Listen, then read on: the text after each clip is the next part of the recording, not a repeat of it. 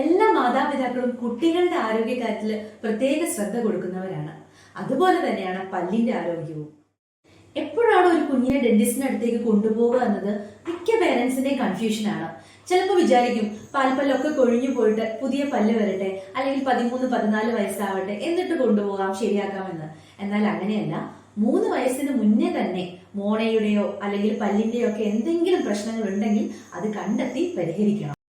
കുട്ടികളിൽ പല്ല് പൊങ്ങുന്നതിനും നിറതെറ്റുവാനുമുള്ള പ്രധാന കാരണങ്ങളില് വിരല് വായിൽ വെക്കുക, സംസാരിക്കുമ്പോഴും ഭക്ഷണം ഇറക്കുമ്പോഴോ തെറ്റായ രീതിയിലുള്ള നാവിന്റെ ചലനങ്ങൾ കാരണമോ ശരിയായ രീതിയിൽ അല്ലാത്ത നാവിന്റെ പൊസിഷനും കാരണമോ ഒക്കെ ആകാം.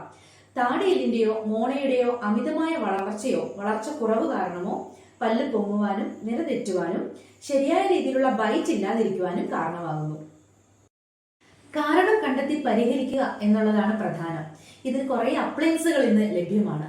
ഇത് ഏതൊക്കെ കേസുകളിലാണ് യൂസ് ചെയ്യുന്നത്, എപ്പോഴാണ് ഉപയോഗിക്കുന്നത് എന്നതൊക്കെ ഉള്ളത് വിശദ വിവരങ്ങളുമായിട്ട് നമുക്ക് അടുത്ത വീഡിയോയിൽ കാണാം.